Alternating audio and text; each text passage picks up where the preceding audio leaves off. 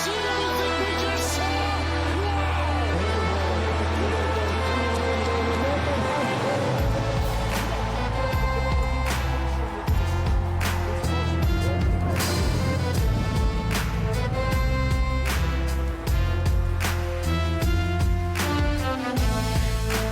Oh, it's a great day. Hi, everybody. This is your host, Captain Boring. It is a great day to be a Michigan Wolverine as they cap off the 6th ever 15-0 college football season with a resounding 34-13, scoring 14 fourth quarter points to pull away from the number 2 Washington Huskies to win the 2023 national championship. The Michigan Wolverines are kings of college football once again. Welcome, everybody. This is the 4th and 1 podcast. I am your host today, Captain Boring. As of right now, I am joined by nobody. Roberto will be on shortly. I'm not sure where the Admiral is at, so I will just send a quick text and let's get started. Last night's game was a culmination of Michigan's season. Nothing new that was happening. Michigan played Michigan ball. Everyone doubted Michigan's defense all year. They said they didn't play anybody. I was even part of this. I said they didn't play any good quarterbacks. They played the Big Ten West, which was offensively challenged to say the least. They weren't challenged enough. They didn't have a corner good enough opposite Will Johnson. They couldn't get pressure with just their front four. And last night, and in this college football playoff, even against Alabama, they proved all the doubters wrong. And this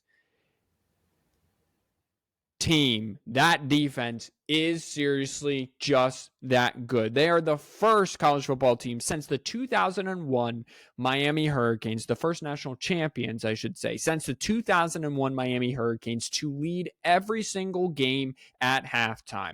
They only trailed once in the second half all season, and that was in the Rose Bowl against Alabama, in which they trailed up until about 4 minutes to go in that game. The high-flying, explosive offense of the Washington Huskies was kept in check. Michael Penix was 17 of 51 for 255. He did have a touchdown right before the end of half. However, he did have 2 interceptions. One first play of the second half where Washington had all the momentum because Michigan at midfield or just cross midfield, went for it 4th down, did not get it with about 4 minutes to go, gave Washington the ball back. Washington goes down, takes about 3 minutes and 15 seconds, scores a touchdown. At that point, cut the lead 10-17, got the ball start second half. First pass of the second half, intercepted by Will Johnson. That front four really dominated in the second half. They trade field goals in the third quarter, and then Michigan pulls away with 14 points, capped off by an 81-yard interception return by Mikey Sanderskill that Blake Corum turned into his second rushing touchdown on the day. The big news, though, is that Donovan Edward, there was a sighting. He got out of witness protection program, and he had 6 carries for 104 yards and 2 touchdowns and broke the game open in the first quarter with a pair of 40-plus yard touchdown runs. He was simply amazing in that first quarter, jump-started them, and then Michigan's defense and J.J. McCarthy and Blake Corum took it for there. Last night, in the Kalen DeBoer, Michael Penix era, was the first time that Washington in the first half was held without a 20-plus yard completion. Their first 20-plus yard completion did not come until 4 minutes left in the game. I'm about to add Robert as we let him in right now. Welcome, CFB3. I'm not sure where the Admiral's at. I was catching everyone up on the national championship game and just kind of giving them a review and mainly talking about how good that Michigan defense was not only last night, but all year. People said that they'd played no good quarterbacks, no good wide receivers, no good offensive line. They said that the Big Ten West was offensively challenged, which they are right. They said that Kyle McCord was not a good passer. They came up with all the excuses. Well, guess what? In the two biggest games of the year and Penn State game, Ohio State, Iowa, offensively challenged. Alabama, Washington, their defense showed up. Yeah, I mean, Michigan they played ball, and that's all that was really asked of them to do. There were times where it seemed we may be a little lackluster in some portions, but I mean, they got the job done. They needed to step up when they did step up, and they created something that we really haven't had in Michigan for a long time, and that was turnovers and sacks. And they did that all year. Especially last year's team was very sack heavy, I would say, but this year's team there were a bunch of turnovers. Sometimes it is better to be lucky than good. 4th and 7. At that point, it is 14-3, and Washington or Michael Penix misses Rome Odunze wide open. Would have been a walk-in touchdown. Misses him there, so Michigan gets the ball back and adds a field goal at that point in time. Admiral, welcome to the podcast.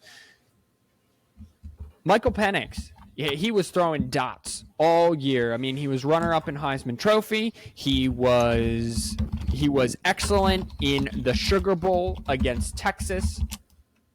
But last night, Michigan got to him. They got inside of his head. What do you make of that? Sorry, Robert and I are absolutely trashing you in the chat. Hey, listen, I started without anyone.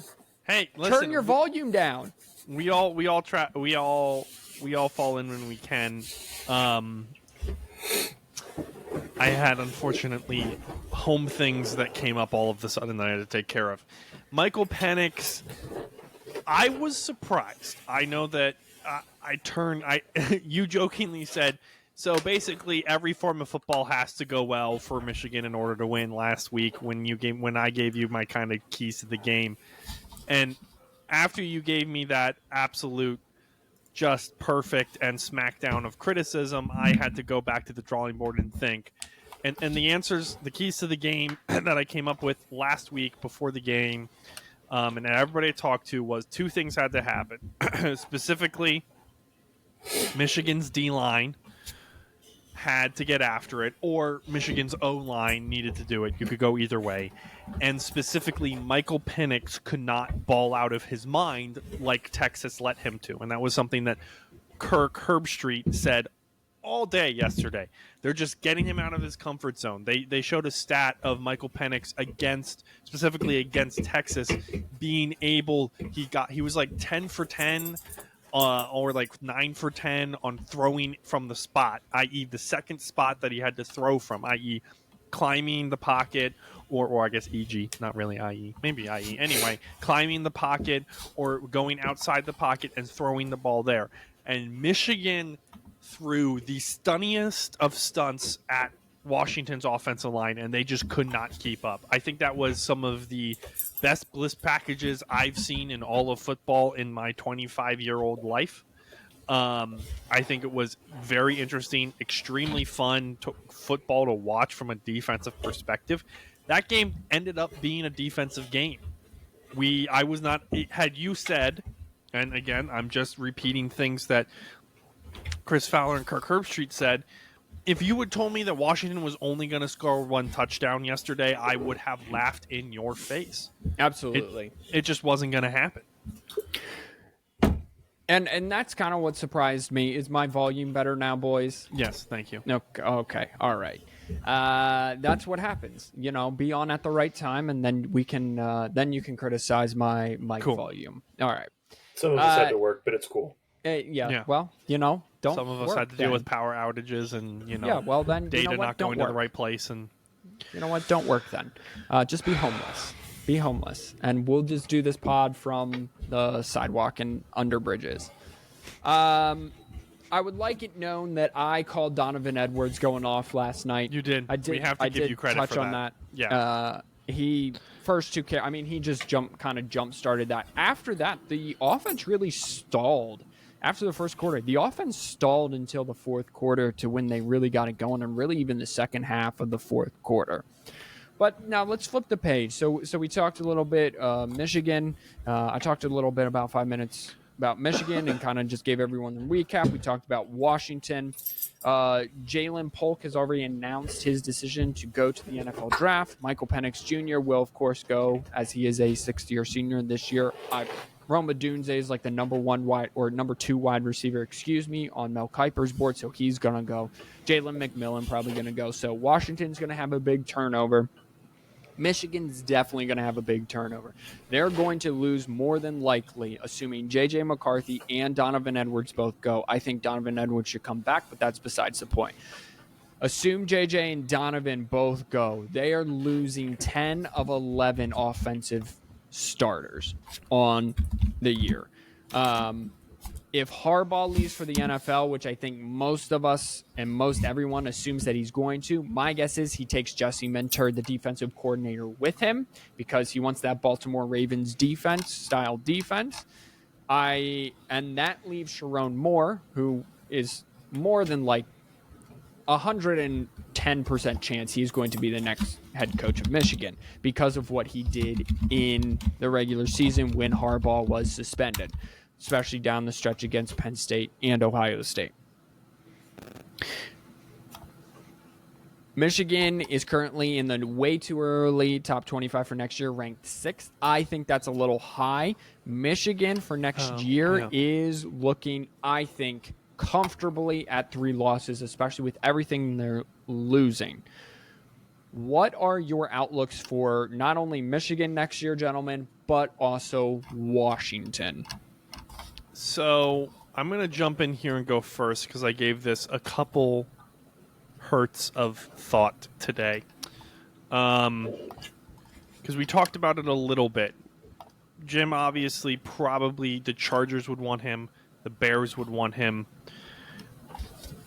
Commanders and Titans jobs both opened up today. Yeah, I wouldn't want to go to either of those teams if I was a head coach. San Diego and Chicago. Chicago only because they actually have a team, and San Diego for the weather and the team. I think and he has a little bit of a history there. I think it's a big, Washington has the higher upside. Assuming whoever backs up Michael Penix is going to be some semblance of okay. I don't know how many, I'd be interested to know how many returning linemen they have. If that offensive line can do what it did for Michael Penix, obviously next to Michigan, they're going to be fine. They have a running back who, their backups seem just as good. I don't know why they played their senior so much with a hurt ankle. I think that ended up hurting them.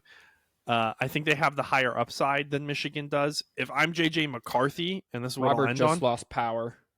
Oh, nice. I thought he was just sitting there staring at his screen. Yeah, like he does that a lot. So that sucks. Up in Timbuktu, where Robert's at, he just lost power. We're having rolling blackouts here on the unorganized rolling blackouts here on the East Coast for some reason. There he goes. They finally kicked him out. I think, well, then I'll just talk to you and I can go on a little bit longer. I think if I'm J.J. McCarthy, I look at the pool of quarterbacks that's coming out. I jokingly said to you, I forgot what 5 other quarterbacks were in front of him for a second when he says he's Mel Kiper's 5th to go overall. Yep. So that's a second round pick. You're not going to a team who's going to develop you, probably. And if you are, you're going to be a practice squad guy and probably end up not seeing the field. If I'm J.J. McCarthy, I'm assuming I'm probably getting about $500,000 at least currently, and if not, I will be next year in NIL. I assume he's getting 7 figures. He can. I would assume as well, but I'm not going to. My money. If I'm JJ, yes, I completed what I needed to do. I have better stock next year than I do even with Quinn Ewers, who I have to compete with. Because that's about the only person he's going to compete with next year. Even with Quinn Ewers, I don't think you leave for the draft. I think you're good. And quite frankly, I'm going to be selfish here for 2 seconds. He hasn't developed at all this year.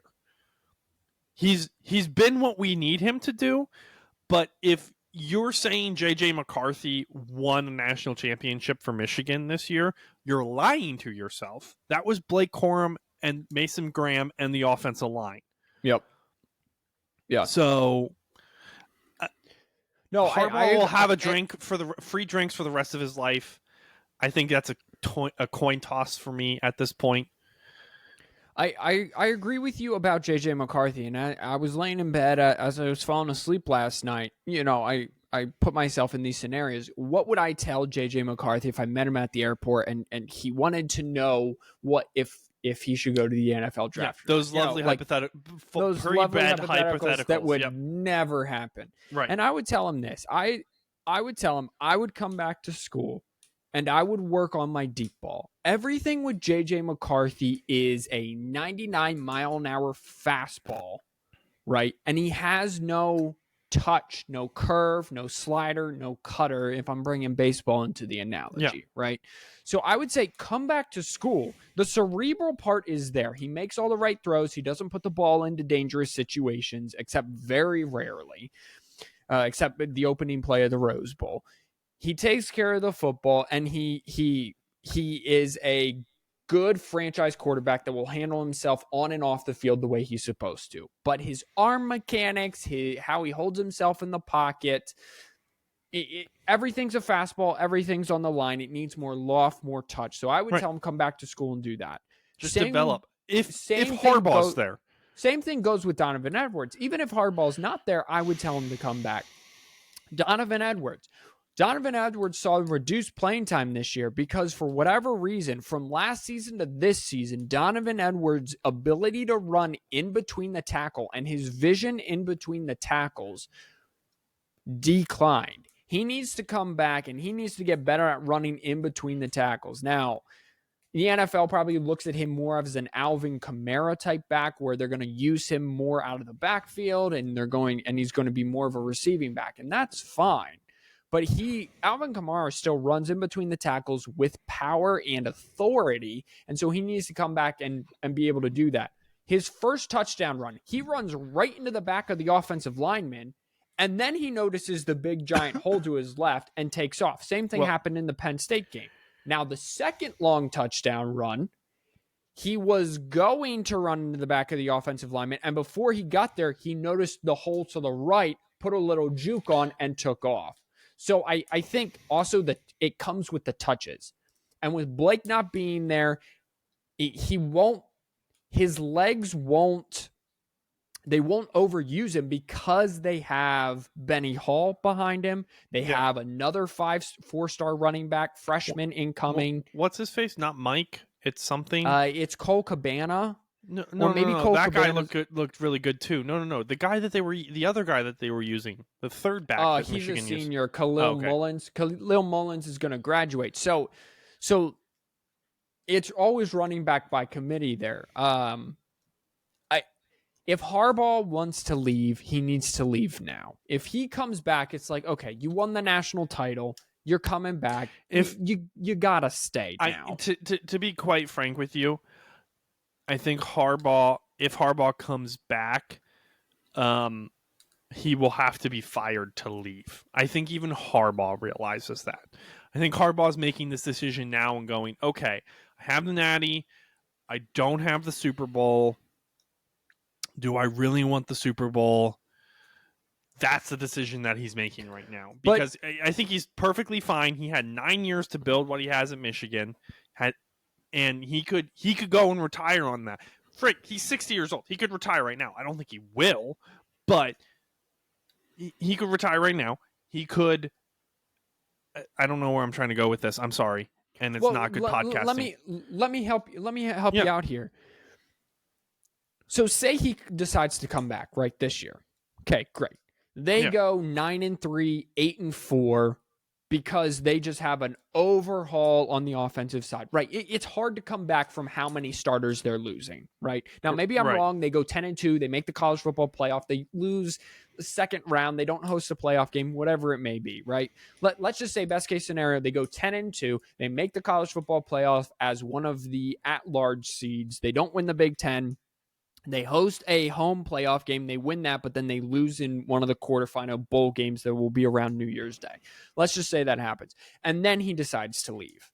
That it feels like he's cheating the fan base at that point. So, like, this season has a last dance feel. Yeah.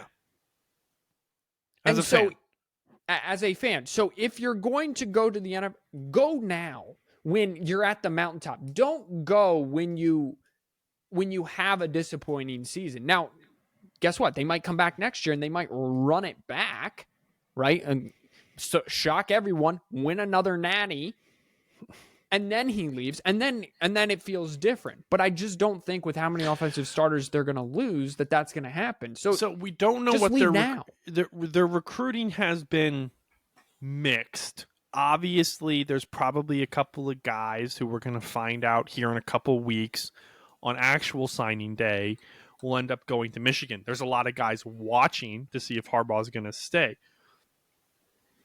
There's also a lot of guys who have made up their mind. There's also probably a few transfer guys who have deciding what they're going to do. But also, Harbaugh has always had a large depth chart, and he does. If you went and looked at their national championship depth chart, you would see there's plenty of guys behind him. They rotate plenty of guys, so I'm not really worried about it. It's who they bring in. And you and I have seen this as Michigan fans. They have their good year, then they have their slump year, then they have their good year. And really what that is the slump year is the guys who took over for their good year have to come in and take over the leading role. Right. And it just happened that they all converged this year. Right. Yeah, 100%. Right. But we don't know what type of team Harbaugh can have if he stays. The issue is he going to stay? That leads to more questions. You're 100% about correct. Sharon Moore is going to be the next. I guarantee you if I clicked on this Athlon Sports Kirk Herbstreit names Michigan's next head coach if Harbaugh decides to lose. The answer is Sharon Moore. Absolutely. So we have Sharon Moore. We have a bunch of other guys. Jesse Minter's leaving with Harbaugh to go coach defense in Chargerland in LA, Los Angeles. Not San Diego. They're not San Diego anymore. I called them San Diego earlier. I apologize to absolutely nobody.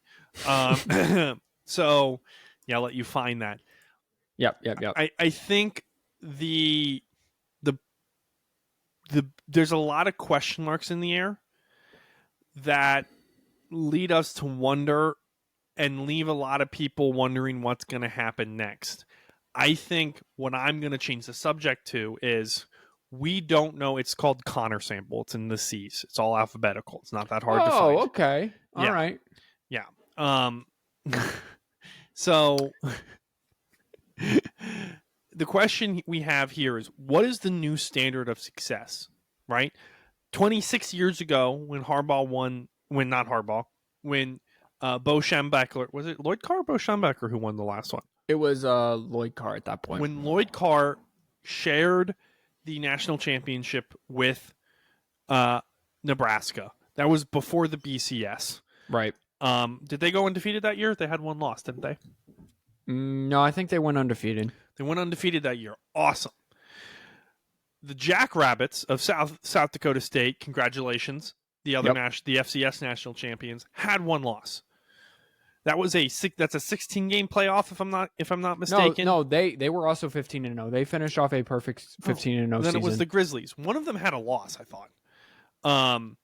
You can have two losses in a 16 or 12 game. Right, going forward you can. Right. In a 12 game. Right. So Harbaugh's actually lucky if he wants to leave, because what the fan base doesn't realize is they're going to take a 10-2 coach every year over someone who can go 15-0 every 8 years. Because his brother's in the same exact situation. He won that one Super Bowl against Jim, funny enough, Yep. and has ridden that to wild card playoffs, divisional rounds, maybe an AFC championship here. And now he's at the year where he put it all together. Really, his doctors stopped screwing up and he actually hasn't had injuries is really what it is. But they put it all together and now they can make a run for it and they're a favorite. And let's see what happens. And that's the type of coach that you actually want to have. And that's why I'm hoping he stays. Because if Harbaugh coaches for 5-10 more years, awesome. I'll take it. We can take it over. Sharon Moore, that's fine. To be quite frank with you, I liked his other offensive coordinators better. I like Sharon too, but he'll be a great coach somewhere else. I think if Jim stays, then Sharon has definitely earned a leading head coaching gig. The problem is, I don't know that there is a head coaching gig open currently. You would have to tell me with the coaching carousel, but I don't think there's one open right now. So Sharon's either staying or he's going to go to the NFL. The NFL is not going to give him a head coaching gig, but he might get an offensive coordinator gig in the NFL. So we'll have to see what happens to the staff. If Harbaugh stays, Minter's probably gone. Minter will probably either get an NFL job. He might be up for a college head coaching, whatever it may be. I have no doubt that if Harbaugh stays, he'll rebuild the staff and it'll look very similar. The play style, that is, will look very similar to what it was last year. If Harbaugh leaves, takes Minter with him, Sharon stays, I have questions about the play style, especially defensively, and how it will look last year. Will Sharon try to... There are no big schools with an opening. Okay. So will Sharon try to bring in his own and imprint his own defensive coordinator on the program? Will he go and try to find someone from the Ravens tree? Will they try to keep most of the staff together? Will Mike Hart take over the offensive coordinator duties? There's a lot of question marks. But let's flip the page here. So enough about Harbaugh. We're just going to have to wait and see. My guess is within the next week, Michigan will either have a brand new head coach in Sharon Moore, or it will be still Jim Harbaugh. A 10-year, $125 million contract is on the table. He signs that. He's not allowed to sign with any NFL team this offseason, which like, that's so dumb because obviously if you sign a brand new contract, you're not then going to go back to the NFL in the same coaching cycle and be like, let me take another job, right? So, sorry, I'm going to cut you off here. Northwestern is finalizing a deal to hire South Dakota State's offensive coordinator, Zach. I'm assuming it's Luan for the same position.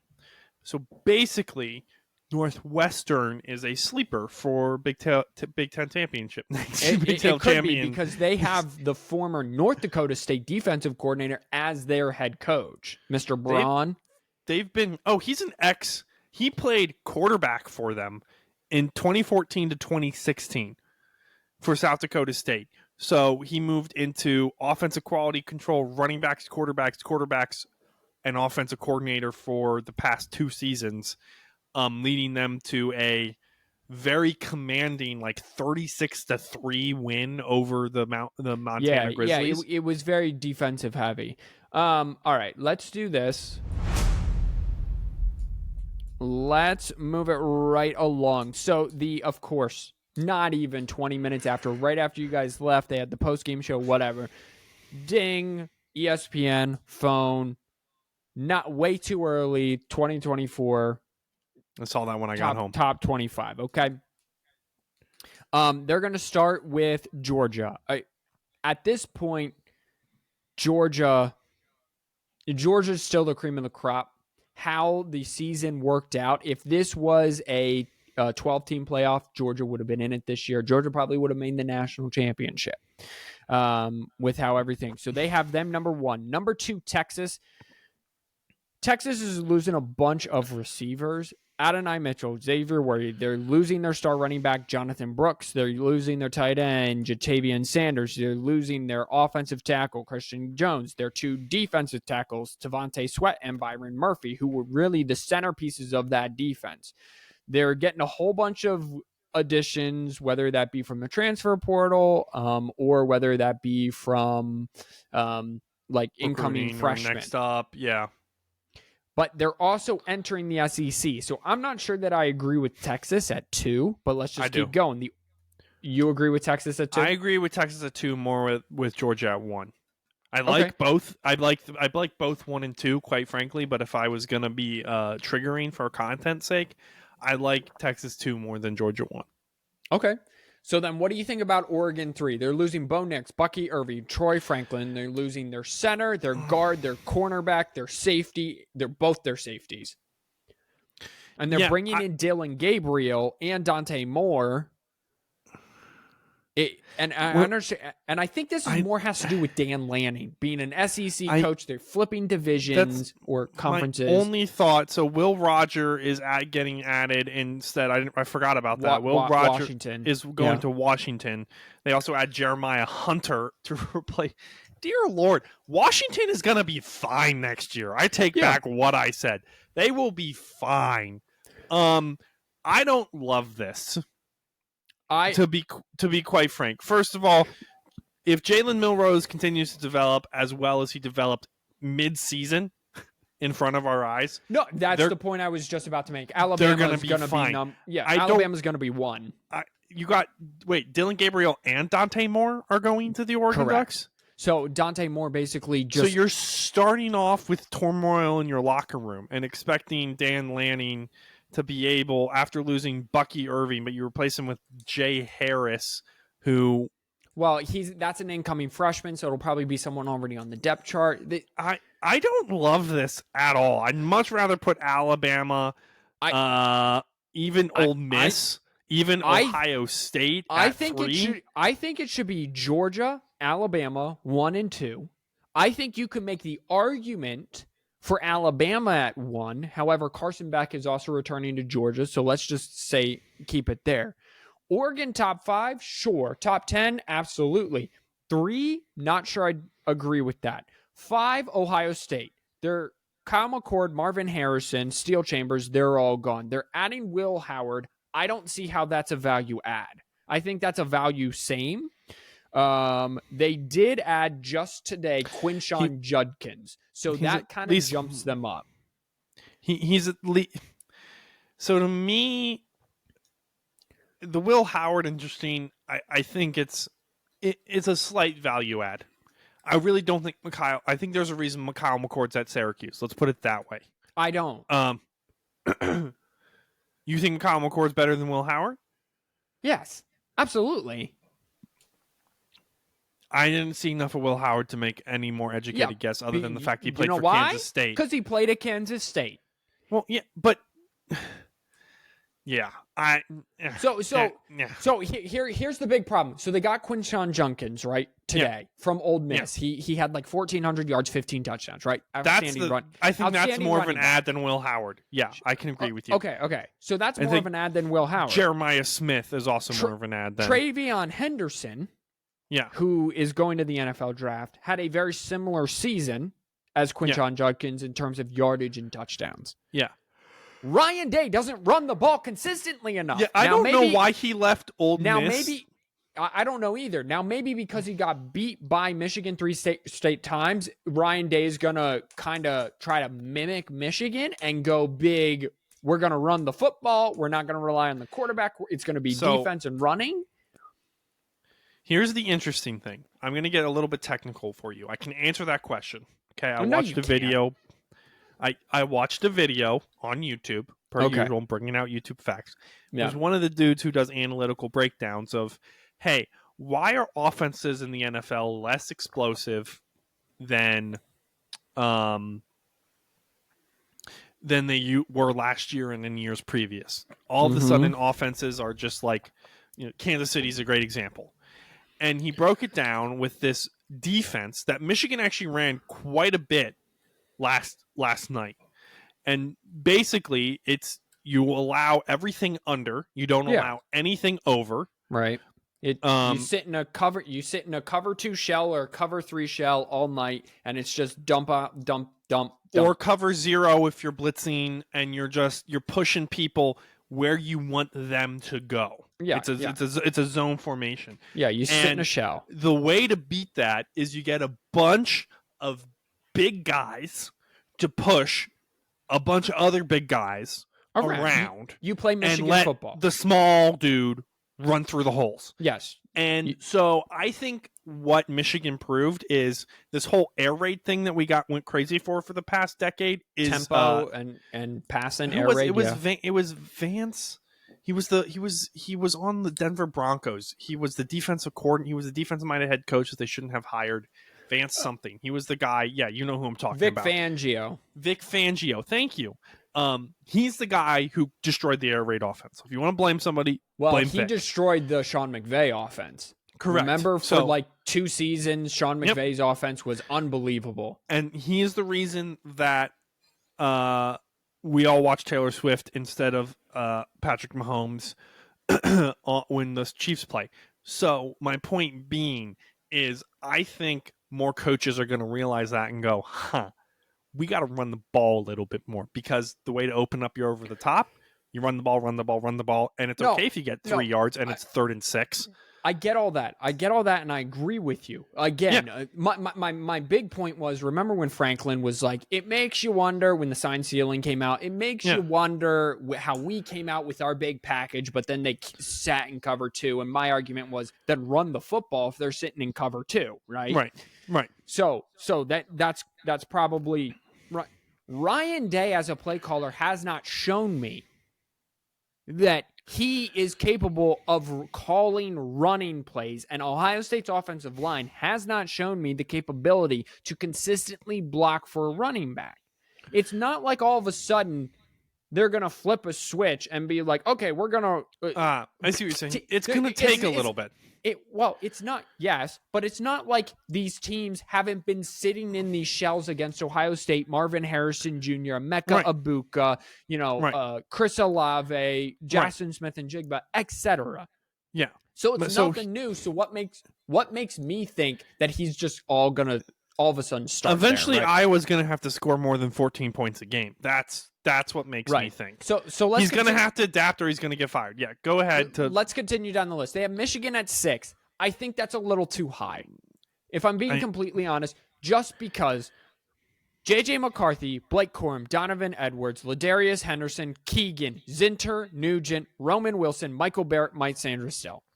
That's 10 of 11 offensive starters, plus you're losing Michael Barrett, Mike Sanderstill. Now, they still have Will Johnson. They're probably still going to have Josh Wallace, the other corner. They're still going to have their safeties. They rotate a bunch of safeties. They'll be fine at linebacker because the Houseman came over from Nebraska this year, and they'll be fine up front, right? Like they're Mason Graham and Henry, the big guy who just bullied the guard last night. I don't know. Yeah, that guy. They'll be back. They'll be fine. Defensively, they'll be fine. Offensively. So I have a problem with this. You don't know what's happening with the coaches. Ole Miss, they won the transfer portal. They lost Quinshon Junkins. They lost a guard, a tackle, defensive end, and some people on the back, but they got a defensive tackle, defensive end, a wide receiver, another defensive end, a guard, a safety, a linebacker, all from the transfer portal. They won the transfer portal. Ole Miss could be higher. Missouri's right up there. They're going to try to run it back. Here's the surprise to me right here, bud. Arizona. Arizona is going to have their starting quarterback, running back, their running backs leaving, but they use multiple backs. Starting quarterbacks returning, and they're not losing that much defensively. They're going to be Big 12 next year. So that's your first Big 12 team. Then you have Notre Dame in there. Riley Leonard's coming in for Sam Hartman. I'm just going to take you through. Washington's up there at 11. They're losing a bunch of offensive pieces and defensive veteran positions. Penn State's up there. Key to Penn State is Drew Aller and whether or not he can throw the ball deep accurately. done. If Penn State could do that, Penn State would have beat Michigan. Penn State would have beat Ohio State. Penn State would probably be winning the national title because their defense is that good. The Utah Utes at 8-5. I have a big problem with this because old man Cam Rising, I want them to fail just because Cam Rising cannot keep coming back to college. Move on. He won't be able to. If they on. succeed, he won't be able to. Yeah, well, hopefully, because he needs to just so you move. need to come up with on. a different reason for why you want him to leave. Because you can't be 29 years old and still be in college. Okay, go get a real life and a job. With COVID waivers, you can. I guess. LSU at 14, they signed the number 1 quarterback, the number 1 wide receiver, and the number 1 running back in this recruiting class. LSU is a dangerous team. Watch out for them if they can get their defense figured out. Oklahoma 15, Florida State 16. They got to replace Jordan Travis, Trey Benson, Keon Coleman, Johnny Wilson. They bring in DJ Uiagalelei. Yeah. We'll see. Again, where is Talia going? That's my question. Talia doesn't have a waiver yet. If he gets one, where is he going? Because he's a really good quarterback. He is so it pisses me off how slept on Talia Tagovailoa is. To me, he's almost better than his brother. He's developed so well, which doesn't surprise me because the ex-Michigan guy, who's his offensive coordinator and his quarterbacks coach, I'm pretty sure. Yeah. Josh Gaddis, thank you. And he developed all the quarterbacks really well that were under him at Michigan. So it doesn't surprise me, but it kind of pisses me off. He can come play for Michigan if he gets a waiver. That's all I'm saying. I'm okay with that. Here's an undervalued team, the Tennessee Volunteers. They have that number 1 quarterback. He looked That's really probably again where Talia will go. Albeit they played Iowa in the bowl game, but he looked very good in the bowl game. They'll have high-flying offense. Oklahoma State 18, Clemson 19. Clemson's a sleeping giant. Eventually, Dabo will get things right, and they'll be natty contenders. Well, NC didn't State, they start finally letting people basically transfer in? I think so. Yeah, they finally went out in the portal and started getting people. Plus, they were number 12 overall in recruiting. And they'll have Cade Klubnik back, who played better kind of towards the end of the season. Their season was too up and down.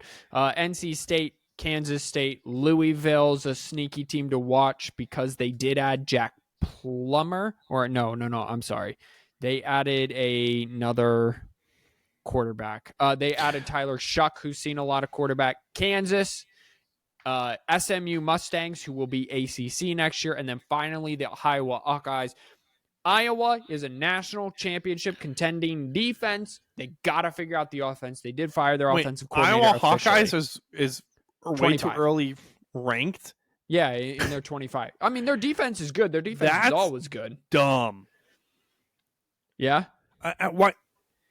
So is Cade coming back next year? Does Cade get to come back? Yeah. Okay, so maybe. And did they Okay, so this is the 2024 outlook. Hear me out. Iowa averaged 15.4. Hey, I was almost right. I said 14. 15.4 points a game in 2023, which ranked 132nd out of 133. Only Kent State was worse. The Golden Flashes in scoring offense. The Hawkeyes, shout out, somehow managed to win 10 games and capture the Big Ten West title. Sure, they were shut out final 2 games, blah, blah, blah. Tennessee, yep, 100%. Don't forget Iowa play final 9 games without starting quarterback ACL. Who's he going to hire? Because all the other offensive coordinators are gone. Yeah, I honestly don't know. I mean, it's not like Sharon's going to go be an offensive coordinator at Iowa, right? At Iowa, so it's going to have to be an NFL guy who just lost his job. Or it's going to have to be an FCS guy.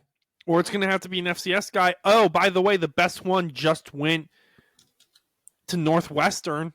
Oh, well, that's kind of subjective. I understand the best I wouldn't say Sharon Moore is the best offensive coordinator. It's just that. No, I'm just saying who's going to leave. No, I understand. And that I don't know, and we'll have to keep an eye on that. I understand your problem. We need it. This is why it's called way too early top 25. Go ahead. Fine. Let's just wrap up. That's fine. Whatever. I think you could tell me a better team than Iowa who should be ranked 25. I don't know. Give me a better team. Give me a better Liberty? team. For next year? Yeah. 25? I think that's fair. Let me see. Hold on. JMU? JMU, great. Wait, hold on. There is who is it? Hold on, I just UCLA? thought of them. Nah. Where's USC ranked in here? I missed that. USC wasn't ranked in there. The University of Southern California. Well, there you go. So you found Simeon's 2015. With the number one, hold up, the guy who transfers in the best quarterbacks